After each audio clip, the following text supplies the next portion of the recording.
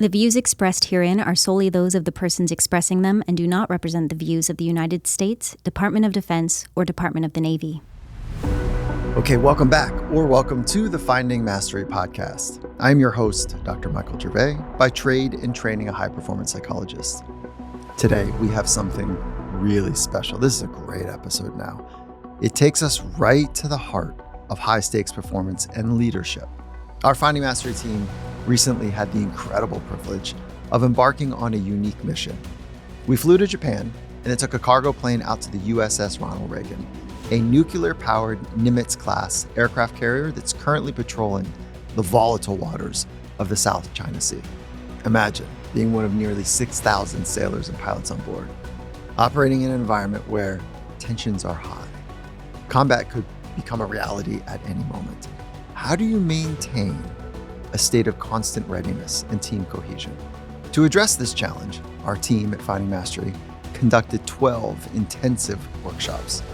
One of the many highlights of this extraordinary experience for us was sitting down with Captain Daryle Cardone and Captain Patrick Corrigan, the commanding officer and the commander of the air group known as the CAG. Together, they represent over 50 years of military experience and leadership at the highest level. So with that, let's dive right into this captivating discussion on leadership, resilience, and the human spirit. Recorded aboard the USS Ronald Reagan. Gentlemen, this is an absolute honor for me to sit with you, to learn with you. And we're sitting on the USS Ronald Reagan as we speak. And I'm like a kid in a candy store here. And so, Captain Cardone, thank you for inviting me here to be able to learn, to understand, and to work with some very important people on this ship. So I really appreciate your invitation. Yeah, it is our honor. So glad you're here. Yeah. It's really cool. Yeah, what an experience. And, you know, we just had the chance. You gave me a treat last night that was unbelievable. It's something that I never thought I would be able to do. And so it was a night flight ops. Yep. And so to be at night with the stars like in full glory, with planes, $100 and some million planes ripping up and down the jetway, you know, like, okay, so we'll get into the excitement. Yeah. I'm already showing my hand here. Okay, but so let's start with the ship, and let's start with how it sits in the larger strike group. And so the basic question is, how many people are on the ship? So the USS Ronald Reagan has about 5,000 sailors embarked right now. About 3,500 of those are members of the ship's crew. And then we've taken on another 1,500, most of which are from Ernie's Air Wing, but we've also got a number of other embarked staff and folks along with us who are from other ships for training. Okay. And how many, Captain Corrigan, how many pilots are here? Pilots, we have 88 pilots, but there's more than just the pilots out here. You guys look at the air crew, so the folks that are doing other missions over there in the back or the side of the airplane. So in total, about 150 air crew. And you can tell them because they're wearing brown leather boots. Aviators do wear brown leather boots. This is my shorthand, right? So yes. Brown leather boots, we got an aviator. Flight suit, you have an aviator. Yeah, flight suit. Okay. All right. So can we start with your description of your job? Sure. I'm CAG. I'm the commander of the Carrier Air Wing 5 is what my official title is, but affectionately I'm known as CAG. It's a throwback to the olden days where we had air groups, vice air wings. So the commander of the air group is CAG. It sounds better than CAW. Yeah, right. So CAG sounds a little better. So that's who I am. I'm CAG. And with that comes 8 squadrons and a detachment on board of various different airplanes and helicopters. Functionally, what is it that you do on a regular basis? So I'm making sure that we have such a myriad of different types of aircraft and specialties that my job is to make sure that they're working together to achieve the goal of the carrier strike group. Okay. And then when people describe what you do to me, they say, oh, he owns the carriers. I'm sorry. He owns the carrier. Yeah, he owns the carrier. I'm going to get to that in a minute. Right? He owns the planes. What does it mean to own the planes? I wouldn't say that I own the airplanes, but it's a privilege to have them at my and to command them. But to own them means that, you know, my job is to make sure, like I said, just to make sure that they're trained and ready to do their mission. So yeah, I know that came out too well. Yeah, no, that's clear. Okay. And so Captain Cardone, when you describe your role on the ship, how do you describe it to somebody who doesn't really understand how this wing of the Navy works? So I am a mix of mayor, orchestral conductor with Title 10 authority, direction and control over the sailors embarked in the ship. Wait, say that again. You're mayor and Well, I mean the aircraft carrier is sort of a floating city. Oh, that's interesting. As you think about it, we've got 2 nuclear reactors aboard, an airport, a hospital, a post office, a jail, and our own Starbucks, and the post office comes with its own zip code. So in every sense, we are a floating city. At the same time, I've got 20 departments to oversee, and that very much functions. I studied music in school, and that, in that role, I function very much like the conductor of the orchestra, trying to synchronize and vary the tone and tempo of what's going on. Yet at the same time, we are very much in the military, and I have, through my Title 10 responsibilities in the United States Code, authority, direction, and control over how the ship What does is Title 10 employed. mean? Title 10 of the United States Code. It's federal law or statute. What does that mean? I don't know what that means. It's the portion of the United States Code that the Congress has passed that has laid out the responsibilities of the commanding officer of any naval warship. I see. And it is my responsibility through Title 10 of the U.S. Code as well as U.S. Navy regulations to maintain this vessel in a state of maximum effectiveness. Ooh, that sounds like a big job. So you've got 20 divisions that report to you, departments that report to you. So does that mean you have 20 direct reports? Yes, Okay. And so that's a big team. it is. They've got varying specialty, right? Some are aviators, some are career ground officers, and either expertise in ordnance or the various combat systems that we've got on here, the missile systems, the radars, supply and logistics. It could be communications, or we've got lawyers, doctors, and psychologists. It's a large and diverse team. Okay. And structurally, how do they report up to you? Are your meetings once a week, once a day, once a month? How do you get the whole team together? The larger departments, it is a continuing conversation throughout the day. So we will probably have 5 to 6 touch points to ensure that we're ready to launch Ernie's team into the air. Any challenges we run into throughout the day, and then at the end of the day, what we need to do to get ready for tomorrow. On the longest end of that, it's probably once a week. Okay. And what is the overall general mission of the USS Ronald Reagan? I have 2 tasks on here, and it's to launch and recover aircraft, and I also serve as the flagship for our carrier strike group. So I supply the communication systems and the awareness tools for our carrier strike group commander to be able to provide command and control or authority and direction guidance to the force. And then so the carrier sits in as one of how many other vessels? It varies from time to time. Each strike group composition is different, and being that we're forward deployed here in the Indo-Pacific and we are very close to our home port, our composition is a little more fluid than others because there's much less transit to where we conduct our mission. Mm-hmm. But we have a handful of escorts with us in it. Yeah, so it's one of many, and that's called the strike group. It is. Okay, and that is basically the basic fighting unit of the Blue Water Navy, right? We organize and train around the functions and tasks of that handful of ships as an element, and then use those forces to carry out the missions of folks like Ernie who have a functional expertise in a given area, whether that is maritime warfare, air warfare, strike warfare, as the case may be. Your history in music and you seeing yourself as a mayor and an orchestrator, is that the word you used? Orchestrator? Conductor. You said conductor for an orchestra. I imagine that's a unique combination. I imagine that's your unique style and approach, mayor and conductor. So I was thinking of it more like a finely tuned watch. Like there's lots of different syncopations that need to happen for the thing to work well and on time. What I've observed over the last handful of days is that this is management of people at the highest order.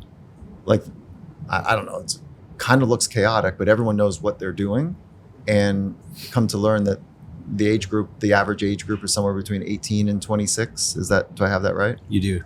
Working on one of the more dangerous work environments probably for humans. Is that correct? Okay. And so as a conductor, you're trying to get the whole thing to move in harmony.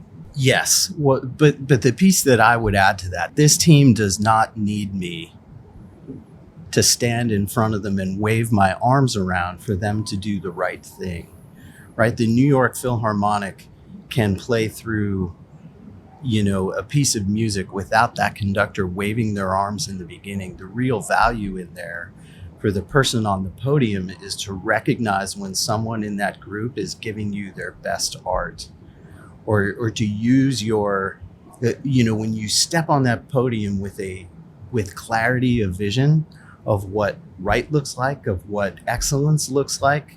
And then you have those moments where it's not audible, but you go, that's what we're looking for. And when there's that little moment in there where you have that connection, it encourages each person on the team to bring that out again. So it isn't me waving my arms around so that the watch ticks the right way. I view my role as, when we have trained right and the watch is ticking the way it's supposed to be the person who finds the right focal point. When we're off a little bit, or we want to stop, it's to provide that feedback or guidance, not criticism, but feedback or guidance to be able to tighten up that the next time. What an eloquent philosophy for leadership. Yeah. And so you're trying to catch people doing well, doing day. Right. All day. That is your primary job. To point out. And maybe there's a little bit of coach in there besides mayor and conductor. I mean, it is right. I really think my job is to know what this team is supposed to look like. How do you do that? It's a lot of internal work. Okay. I mean, I want to unpack that. Yeah, it is. It is a lot of time with a pen to sit down and say, when done well, can I articulate what this looks like? Can I do it verbally? Can I coach someone along who's not quite seeing, what I'm seeing? I mean, you'll have the opportunity to do a couple evolutions with us, and I'll try and, walk you through that. But as we prepare, what I'm trying to do in our crew briefs with a crew that's so large is to give them just a couple important focal points and really to work them through how to think through this problem in the same way I am. I mean, my main goal is excellence in silence, that the team, we have trained so hard that the team has done enough reps and sets that they see this challenge in the same way that I would. And then they turn around and tell me their intent for how to solve it. It is not me on the bridge knife handing how to make the watch tick the right way. I asked you last night about your approach for leadership, and you said guidance and direction. Mm-hmm. And is that what you're just describing now? It is. Yeah. So right. But first you use your imagination to have a sense of what excellence looks, and I'm going to add what it is kinesthetic as well. I had a day in music school where, I was out with my band the night before, did not prepare for class, came in the morning, and out of the blue, I was chosen in conducting class to get up in front of the room and to lead the group through, this piece of music. And the moment I stood up, it was apparent immediately to the professor that I had no picture in my head what it was supposed to sound like when I started waving my arms. And I could look down and read the score as well as anyone else and fake the gestures. But if you weren't providing your best art, or you weren't doing what you were supposed to do, there was a 0% chance I was going to recognize. So you didn't know what you were working toward. I had no expectation Going through the motions. Yeah. before right. the evolution started. So to both of you, right, when you are putting forth your best art and I don't recognize it, you come around the corner next time a little more disengaged. And when you don't prepare and I don't correct you or notice and provide that guidance or feedback, you're more likely to come in unprepared the next time and feel like you're going to get away from it. So you don't coach the negative. You don't come from a critique, from a that's not right, that's not okay, don't ever do that again. You come. It's hey, Mike, why don't we try this again? And when we do, I'd like you to listen a little more closely to Ernie. Sync with Ernie. Ernie's got the lead for these next 5 minutes. And we're all going to synchronize to the pace and the cadence that Ernie sets. And then Ernie, when you reach this part, we're going to very smoothly pass what we're doing to Mike. Oh, there you go. Right. And it gives everybody kind of a. So when did you feel, or what was okay, let me frame it this way. You are bringing your authentic self. Now that word can get beaten up in a lot of different ways, and it can sound weird even in my head when I say authentic. Like, what does that mean? But you are bringing your full self, your style, your authentic style of leadership forward. And I can't imagine in this environment that you say, I'm kind of like a conductor. I'm kind of like, I'm a little bit of a musician here, and I'm going to play jazz with my. And I can imagine this kind of stoic, historic approach to military leadership going, what? Now, I'm making this story up from movies more than anything else.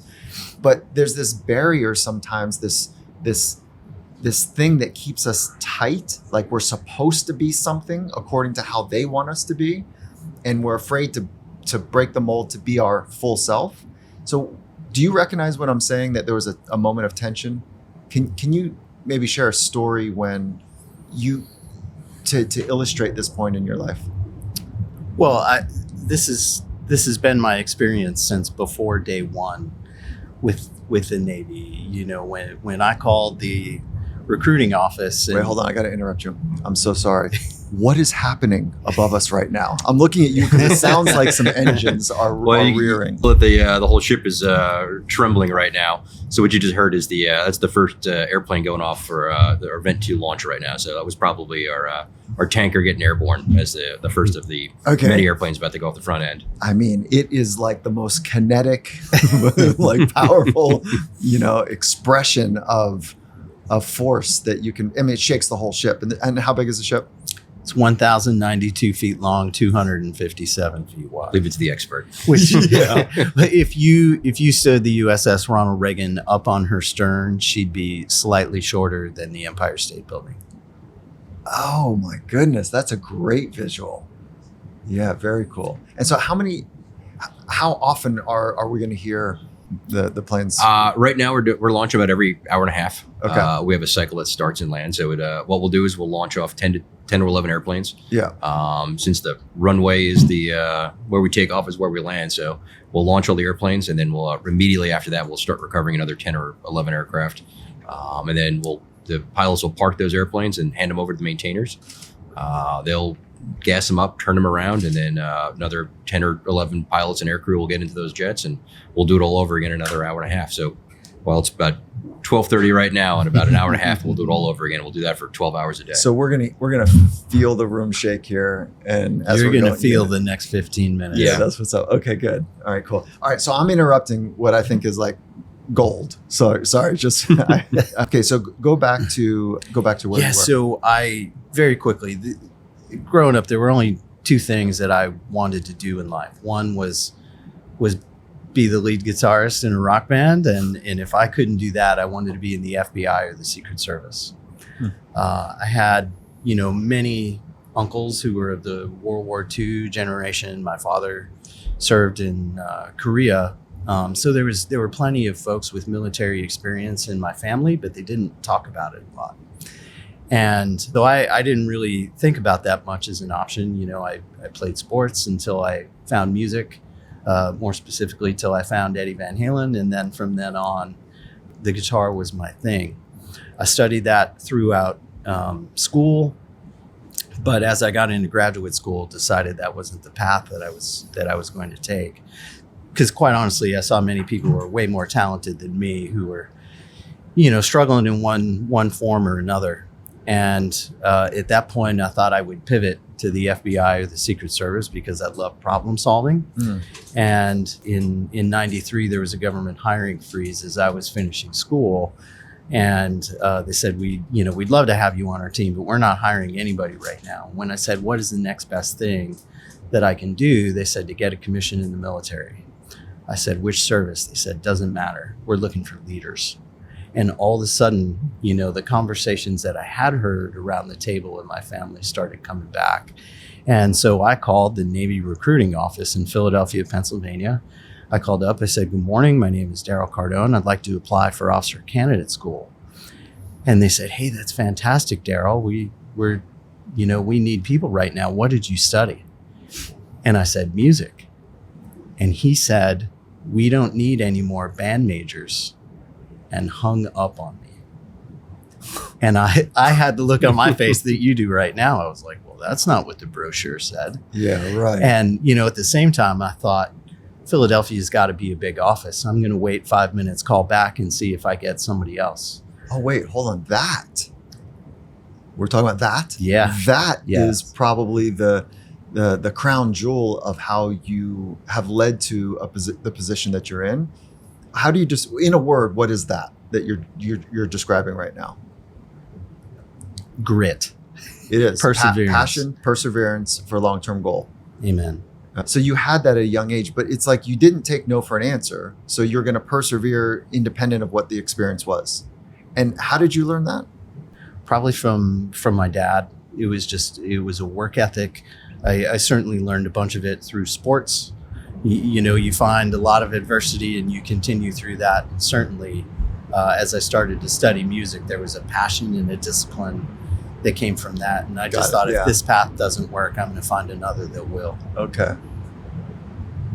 Or anyway, here we are. Two big afterburner engines going right now. Yeah, okay, very cool. Oh God, what an environment for a podcast. It's the sound of freedom. That is pretty cool. It's the sound of freedom. It's the sound of freedom. That is awesome. Does it get old? No, never. Never. It really doesn't? No. Like every 15 minutes or whatever It's the best part of the job, flying off the aircraft carrier. Yeah. And you're both pilots? Aviators. Ernie's a pilot. I'm a naval flight officer. Oh. Subtle distinction. It is. Tell me what that means. So being a pilot, I'm the one that's up front controlling the aircraft itself. Correct. Our Bowen being an NFO, he grew up in the Hawkeye, so he was in the command and control aircraft, controlling guys like me that were flying around. Sensors, radios, Got it. see what's around us and tell others. And the function of the airplane I was in was to bring order from chaos. Order from chaos. You were running some tests last night. I don't know a better way to describe it. And there was something that didn't quite go to the way you had hoped it went. And I said, so how will you work with that? Do you remember what you said to me? So we're doing COE, which is the Combat Operations Efficiency. So we're Bone and I, our two teams are working together to prove that we can operate in an environment that's really demanding, right? So we want to be able to operate anywhere on the globe, away from land, completely independent. So in trying to do that, we have to make sure that we're not utilizing the runways ashore. So we had one of our young kids yesterday afternoon had a rough day. Wasn't able to land an aircraft. It wasn't his skill. It was just actually the runway itself wasn't available for him to land. So we sent him up to the tanker to go get some gas. Wasn't able to do it. So we sent him back to Japan to go land and come back tomorrow. He's coming back probably tomorrow. But you asked me how am I going to deal with that, right? And we're all type A personalities and we all strive to be the best. And I don't have to talk to that kid about it because he already knows. He's probably feeling terrible right now. I haven't spoken to him because he's ashore in Japan and his squadron's taking care of him. But I'm sure that kid is beating himself up himself and knows what he did wrong. When he comes back, he'll be a better pilot for it. Yeah, that insight struck me because your reflexive response was, no, I don't need to hammer. I don't need to critique. I don't need to give him a scolding. I don't need to say, what were you thinking? because I have high trust that his care for attention to detail is honest, and he knows that there was a missed opportunity. So then how will you support him and challenge him when it's a very public mistake? When he gets back, I just tell him that he did a good job, pat him on the back, and get him back in the game. But he didn't do a good job. Yeah, but he knows that. But he needs the positive reinforcement. You got to bring him back into the circle. So so you'll pat him on the back, say good job, and what was the good job? Maybe it's a better way of saying it is I'll let him know that I've been there, and a lot of us have. Just because you feel bad right now the way it happened yesterday, that's normal. That's so okay. You'll humanize the experience, Sure, and you'll extend your hand to pull him back in, because I know exactly the feeling you're talking about, where it's like, man, what are they thinking of me? Like, I really let some people down, and I feel awkward. Like, how is he supposed to come back in? And I want to tell the story. It was an early experience in professional hockey for me, and one of the athletes, it was third period, it was a playoff game. Second period, the end of second period, playoff game, tight game, 0-0, and 6 seconds before the period ends, the goalkeeper made a mistake. And he made a mistake, but really it was set up 3 moves before when somebody made a mistake earlier. Yeah. And everybody knew that it was the first mistake that cost the goalie to be able to let one by. And that kid went into the locker room and trashed the room. Made a huge scene. And I thought, what is he doing? Like, what is that? He wanted everybody to know that he's not okay with it, so that nobody else would pile on him. It was a self-esteem saving mechanism is what he did. And so when I hear the brilliance of your suggestion, you're going to reach out to him, pull him back in. I've been there. You're all right. We all make mistakes. Mm-hmm. I would ask, what'd you learn? What was that like for you? What do you think the corrections will be next time? How can I help you work through this correction now? That's how I would do it. And then, but does that seem organic, or does that seem foreign? Well, I would say what I think is great about Ernie's approach to that isn't necessarily that, it's not necessarily a physical or mechanical thing that you're praising. I heard that. You did right. Yeah. It's what I think the young man did incredibly well was realize when it's time to say, was the decision-making piece of that to say, we're going to try this again tomorrow. Right. So it wasn't, and what I think Ernie does really well in that regard is to have the empathy in there to do just what he said. Yeah. That was good. That was J.O. Buddies might give him a call sign out of all this, but that's he might get a call sign. But we'll see. Yeah. The call signs are awesome. Yeah. That part of culture is really attractive to me. It's like an inside joke.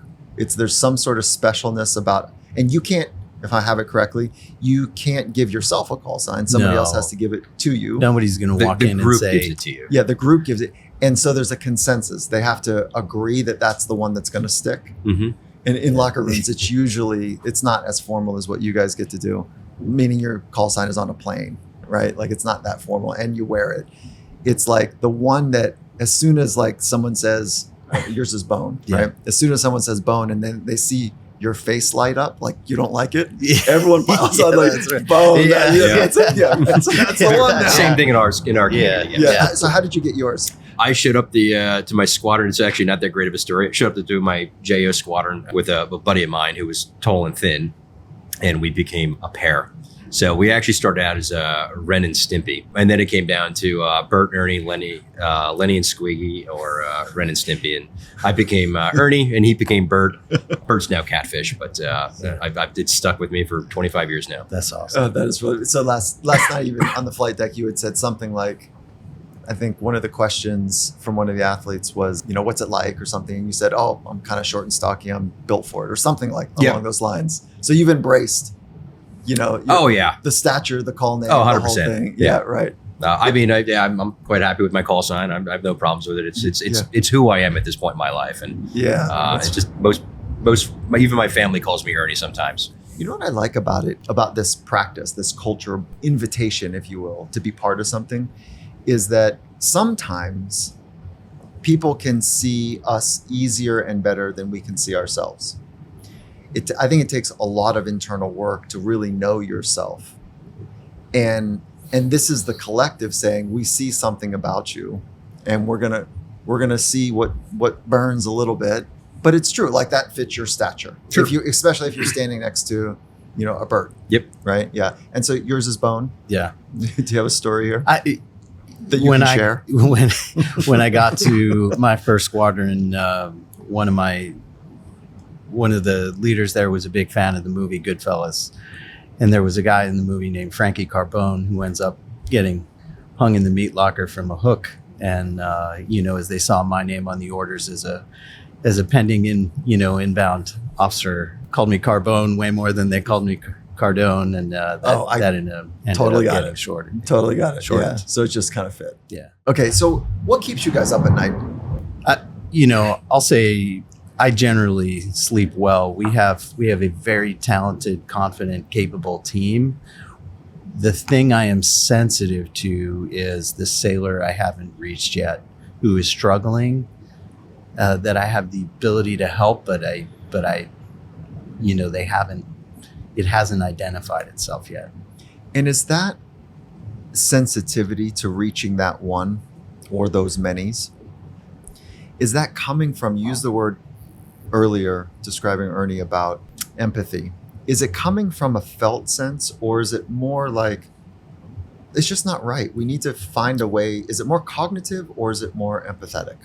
I think the team performs best when everyone feels connected and included. So you're merging both of them. Oh, you're Yes. nodding your head, Ernie. Oh, I That's 100% agree with that. Yes, I think they perform better when they feel included and they know what's going on. And that is actually your leadership style at the moment of a mistake, a public mistake, is to include. Mm-hmm. Yes. Okay. And so can you say it again? The something is better when people are included. How did you say it? The team performs better when everyone feels connected and included. And then how do you go about, let's just think about your direct reports, your first teammates, if you will. How do you go about that with that team, let alone the 3,000 or 4,900 and whatever others? Number one, you take an interest. I want to know you, what makes you tick, why you're here, not just the function you're going to perform on on the team for for the ship or for me, and then to know the why behind your service and what lights your inner fire, and then to find out how I can help stoke that. So you go through this via conversation, Yeah. like off script, hallways, lunches. It's not a formal practice that you get to know each other. It's more organic, if you will. Yes. And then why that for you? Where did that principle for both of you? What's the origin story of why you're going to anchor your leadership to inclusion and pulling the best and caring for people?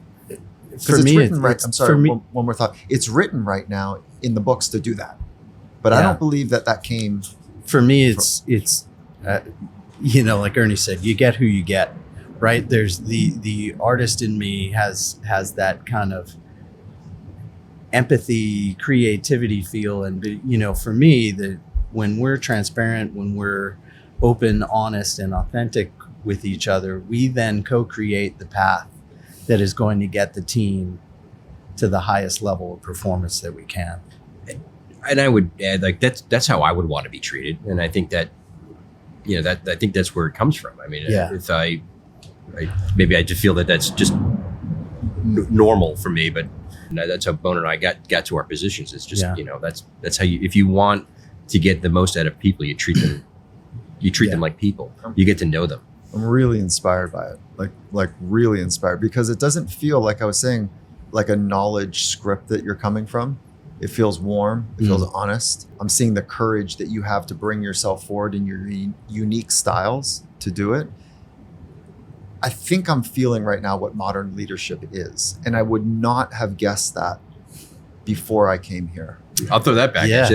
Why would you say that? more? Where does that come from? It's a media hangover, maybe, of what I've grown up looking at the military leader, which is stoic, which is. But we're a microcosm of America. I mean, we have folks from every corner inch of the United States, so we're no different than America is. Yeah, there's this idea I have that you go through a formal structured training that shows you how to do it the Navy way. And it's like this washing of other thoughts to do it this way, our way. And it is right for the duty of the position and the safety of the United States. So it's this idea I have, and it's uninformed. And when I'm answering it, like the people I know, like I know more operators than I know people in position that you are. And so there's some informing there, and this, like the special operators, they're different now. Like they've got a different way about them. So I think it's a media bias that I've learned it from. No other way. I don't think it's either or though. Okay. So I think there's some nuance between the getting the mission done element of that, which I do think at times we default to our training. We do get very stoic about what we've got control over and what we don't. But when it comes to the connection and inclusion, there's a lot more room for that creativity to figure out the path. The creativity to figure out the path. And what is the path like? How to bring them into the fold and help get them aligned so that they can bring forth their best art. It's back to the piece of what we were talking. That to me is a little bit, how I view the conductor role. And also through it, like I feel like the bias you brought out here is the fact that we're homogenous. We're all the same. And I do get that. I do feel that people think that about the military, that we're all these robots and stuff like that, but we're not. Like I said, and I want that different types of thought brought into the organization, because you're not going to grow unless you're getting different ideas in here. It's how we innovate, right? There's a nod to the past that says we understand how, through circumstance or technology, how we got to where we are. But the way you advance the art of warfighting is through, as we're saying, through some of this connection, through this inclusiveness, and really the art of asking questions to say, what would it look like if if this whole team were connected and aligned and given it all they got, and then what is my role in helping make that happen? That framework is really interesting. What would it look like? What would excellence look like? What would it look like if we were all connected? And then for each person to say, well, how do I contribute to that? So you have to use your imagination first, and then you back in the role, the style, the objective, the way that you would participate in it. Organizations this large, it's difficult to make sure that the lowest people feel connected to the bigger mission. It is. Yeah. I think that would be an incredible challenge. Yeah. Most teams are like 1 to 12, yours is 20. And then one of your direct reports, do they have a team of 12 to 20? Or do yes. And then it keeps going, right? Mm-hmm. So it is really 1 to 20. Maybe somebody has a group of 50. Could that happen? Not of direct reports. Not of direct, yeah. So it really is like this cascading. It's 1 to 2 handfuls of people at a time is the way that I would think about it. Yes. But I just want to go back. It's refreshing. It's inspiring. I'm so grateful to hear that this is in the military operation from a leadership command philosophy. And again, I know it was a little triggering saying this is not what I thought I was going to walk into. Yeah. Even the laugh is awesome. Yeah. Okay, so you're trying to get this whole ship to work well together. And you were talking earlier about a playbook and this idea that one person's not bigger than the playbook. There's a playbook. How do you account for what we're trying to square right now is you want to include people, and you had some artistry in how you're talking about it, like lining people up to bring their best self forward.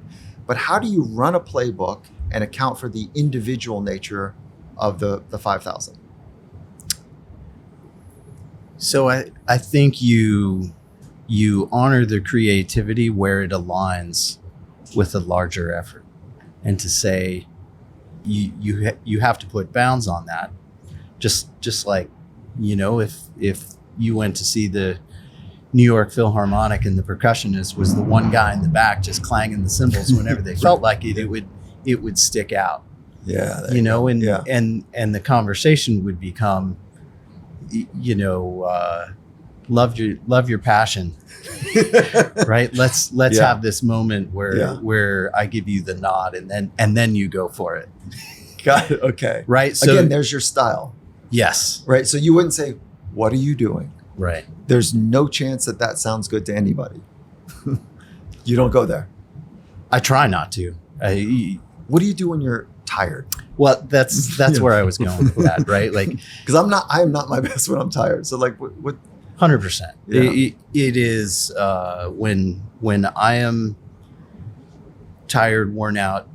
No one's at their best at that point. But my aspiration, which I think comes through 85-90% of the time, is that. And I find that when I'm not my best, I probably get grace because of the other 9 times out of 10. You've invested many deposits Yes. with some consistency. Yeah. Okay. How do you both work with fatigue? This is a highly kinetic, intense. You can't do it alone. There's maybe a way, like if you're tired, you're worn out, you gotta lean on other folks to help you out when you're tired and stuff like that. There's going to be days that you're going to have good days, and you're going to have your tired days where you're dragging, and you're going to have to lean on other folks to help you out. So no one does it alone is a first principle of mine. And that sounds like you would be like, yeah, that sounds right. Absolutely. And so you rely on other people. Do you do that? Is it pronounced when you're tired? Like, hey, I'm going to need, I'm running a little low. I bet you if you ask the people that work for me, that they can tell on my face when I'm tired. They can. Okay. So you don't need to say it. No. They're paying attention. Yeah. What do you do to buffer that fatigue in this type of intense environment? Are there set of practices or principles that you work from that you're doing your best to stay highly engaged and highly energized on a regular basis? I have a mindfulness practice that really the biggest thing it does for me is not expend energy in areas I don't intend to. So it helps me filter out everything except the thing that deserves my full attention right now. And where did that practice come from? I think the science has been around for it for quite some time. Once I finally tried it and felt the state of calm that comes from that, the relaxation in my breathing, I just inherently felt the positive benefits of it and thought, I need more of this. And is it really consistent, your approach? Or is it where are you on your journey right now? It is not as consistent as I'd like it to be. Yeah. Most of the time it's just due to the demands of the job and that I get pulled away. But I intentionally carve out time to so it's important to get you. better. It's so important you're working for it. It's not the consistency you'd like. How do you square that little tension? Where I think that's really common. And we could take mindfulness and put in another word, like a lot of different things that we'd like be better at, but we're not disciplined in the way that we're making it happen. So how do you square that with yourself? Grace. Tell me more. I understand, I think, as well as anyone, the demands on me, and I realize that at times there are other people and other situations that need me more, and the same part of me that chose to serve chooses in the moment to serve others. But I realize at the end of the day that I also need to invest in myself. Knowing you the way I know you, I think you're actually practicing mindfulness more than you might imagine. So the formal structure of sitting or standing or laying down and following one breath or whatever the practice might be, it's a clear example of a block of training, if you will, to make it more pedestrian. But when I'm with you, I feel like you are really here, that you are focusing in this moment. I don't get any judgment or critique from you. I get a full absorption in the present moment, exploring, learning, open, full presence. That's mindfulness training. So you might be doing it 10 hours a day. I don't know. I mean, it is possible. That's kind of what that's a huge relief to hear you say that. Yeah, right? Yeah. So you could go into a meeting and take like this cleansing kind of breath or whatever, and like just to set your mind to say, right, I'm going to go into this meeting and I'm going to bring that part forward. And that really could be a practice for a 6-minute meeting or a 60-minute meeting. Yeah. So that's a way to think about integration as well. I love that. Yeah, it's good. And I think it's also nice, just another way, John Kabat-Zinn has been a deep mentor of mine. And I asked him like how his practice is going. And he says, I'm just doing a little bit of breath work before I get out of bed. I'm just meditating for a little bit in bed. And I go, what do you mean? He goes, yeah, I'm already laying down. I'm in a relatively calm state. And so I just do a quick little meditation. And so it's kind of like, this is my interpretation. So one, that gave me a permission to be like, oh, right. He's not doing 40 minutes a day or whatever, like even the great John Kabat-Zinn. And I go, oh, wait, hold on. I could just do a couple breaths. I'm not trying to check a box, and at least it allows me to know, like, oh, there's some consistency here. And something as simple as this is one of the ones I've been doing lately. Breathe in, I am, and then exhale a virtue that I want to live today. So I am here on the exhale. I am loving on the exhale. I am on the exhale strong. So inhale, I am, exhale, the virtue that I'm working on. And then if I have a little bit more opening, I feel that word, so that's simple. That's like just a handful of minutes and I'm still in bed. I'm not checking emails or doing all the other stuff. It's like a nice little moment for me. Yeah. The presence piece is a big one for me too. That, I try and be super mindful that, with a crew of 3,500 that, any interaction I have may be the only direct interaction that one junior sailor may have with me throughout the tour. And they deserve all of me in that, in that moment. Not me worrying about being mad about what happened 5 minutes ago or thinking about what's going to happen 5 minutes from now. And it is in those exchanges where I think the feeling of gratitude, not gratitude, but connectedness and inclusion that we were talking about. That's it. Before, Yeah, that's right. That come from. Very cool. Do you have a practice or anything that you're doing to help you? I wish I had something as insightful as Bone here, but no, I don't have anything for you. But what do you do to keep your energy levels consistently high to meet the demands of the moment? I mean, I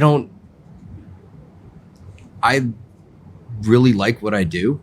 So I don't mind the long days. I generally enjoy being out here and doing this job. It's something that I've wanted to do as a kid. And I'm one of the few people in this world that when I was 10 years old, I wanted to be a fighter pilot. And I'm 48 years old and I'm a fighter pilot and I'm still doing it. There's not a lot of people in the Navy that get to be flying at my age. And so this is a privilege for me. I believe every part of that. Because when we were on the flight deck last night, you could see it in my eyes, I'm sure, right? Like, oh my goodness, this is, and you had it too. When I looked at you, you were like, your eyes were big, like, this is cool. It's good. Yeah. Because still get to do it. And this is pretty cool. Yeah. Yeah. So I think your answer is like, no, I really am connected to the love of what I get to do. Mm-hmm. What a cool way to go through life. How would you guide somebody who says, yeah, if I was in your boots, me too. But I'm doing this, and they point to some kind of seemingly meaningless part of the effort on the ship. Can you reword that one more time? I don't understand. You're asking me, how do I get a sailor to understand what they do or Yeah. So a sailor, somebody young on the ship, maybe it's their first time here, they're 6 months in, and they look at you like with this, say they're 18 months in. Mm-hmm. There's some fatigue, there's some mundane, some redundancy. They can't see meaning and purpose in their job because they're mopping the floor, let's say.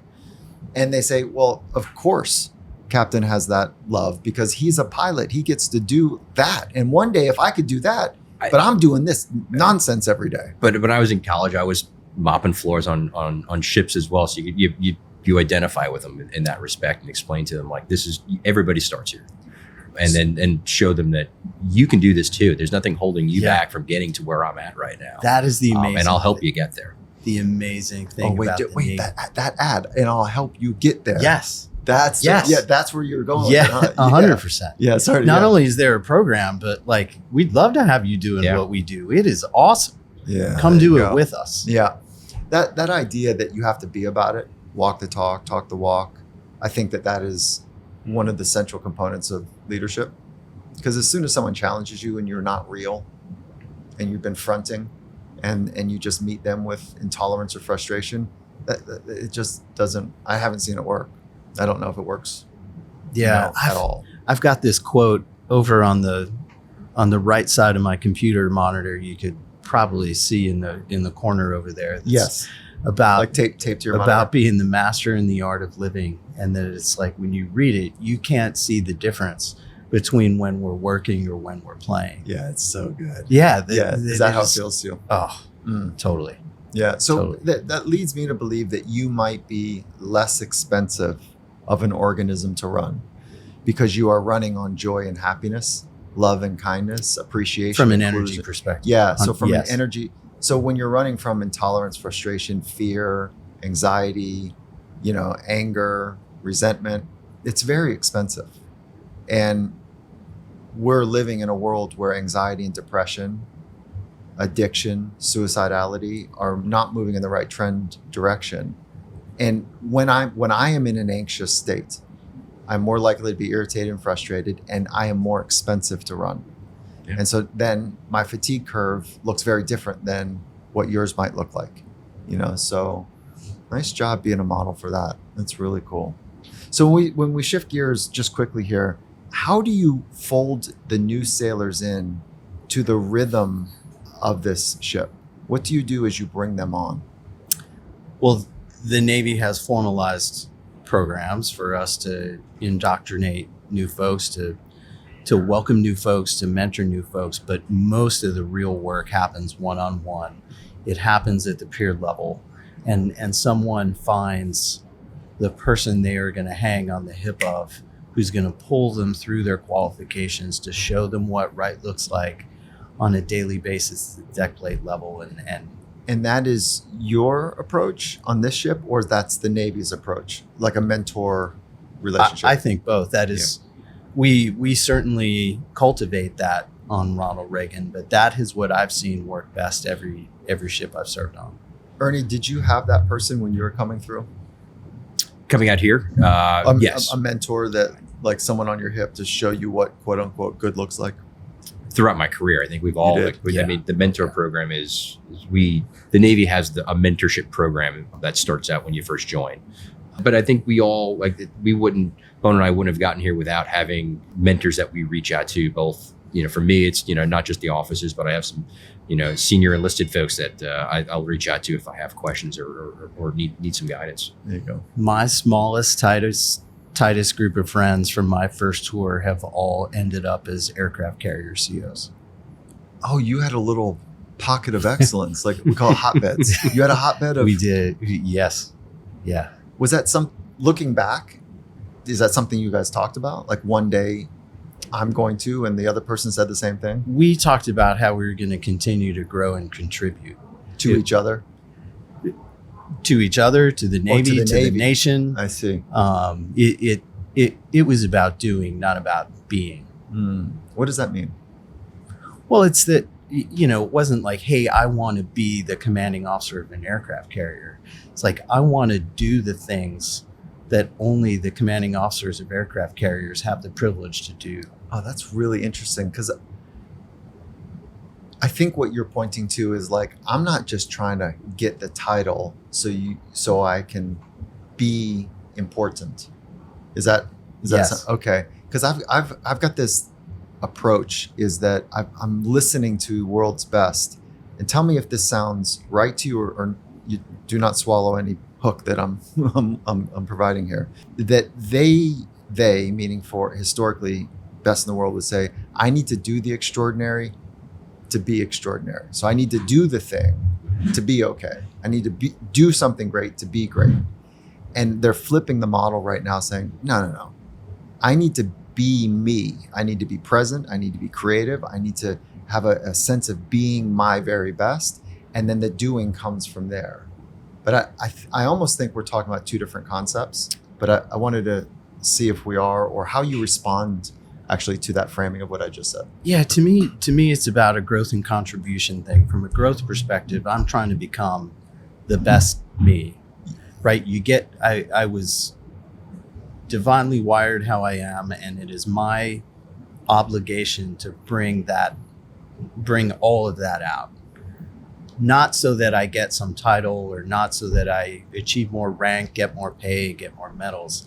It's so that I can serve to the utmost of my capacity and potential. So you are trying to be your best, not the best. I don't think they're mutually exclusive, but my focus, I love my focus is on being my best. It's not about how I do relative to you or relative to anyone else. And it's to encourage the whole team to say, we're all woven differently, right? Like we talked about earlier. What I want to do is help you get to be the best version of yourself, because we got a big job in front of us here. I think that is so rare. It is so special to have the consistency over time of micro choices to choose my very best for that moment. And the consistency of that over time is so rare and special that those people end up being the best, because it is so rare and special that type of discipline and commitment, that the outcomes end up taking care of themselves. But I would add a little bit more to that and say that it's not just about the me, it's about helping the folks around you get the most out of what they can do. And that will in turn help you get the most out of you. Like I could be the best I could be on this boat, but if, my department heads need help being the best that they can be, the organization, we're never going to be successful. I need my MO and my operations officer and my intel. I need them to be the best, because that allows me to focus on what the vision looks like. Okay, so the 1980 version of this conversation for me was always nauseating, like self-help, like be your best. And it always felt like it was so hollow and empty that I would get nauseated just thinking about how cheesy it sounded. What I needed to do is say, for what reason? What? It's not for the big house, big watch, big money. That's too fleeting. For what reason? And mine is really clear, which is to help others be their best. Is that the hit that you're dropping right now? Which is like, that's what I'm trying to say, is that I have to make sure that everyone around me is their best, and then that's what I'm striving for. I'm not so worried about myself as much as I'm worried about the other folks. That's interesting. So it's more like are you putting your life vest on? That analogy, does it hold up? You put your life vest on to help and then help somebody put theirs on? Or are you saying, no, I'm getting everyone's life vest and then I put mine on last? I think I'd go with the latter on that. Yeah. That I want to make sure that they're doing well. Then if they're doing well, then I'm going to do well. That's super interesting. Yeah, it's like it flashes up in the face of all of the training that you hear from like traditional airlines. Like that idea: put your life vest on and then reach over to put your kids on. There's a time component to that, right? Like in the airline example, oxygen's something you need on the scale of minutes. I'm also not drowning. What we're talking that's really funny. Yeah. What in our business, it's superior performance over a longer period of time.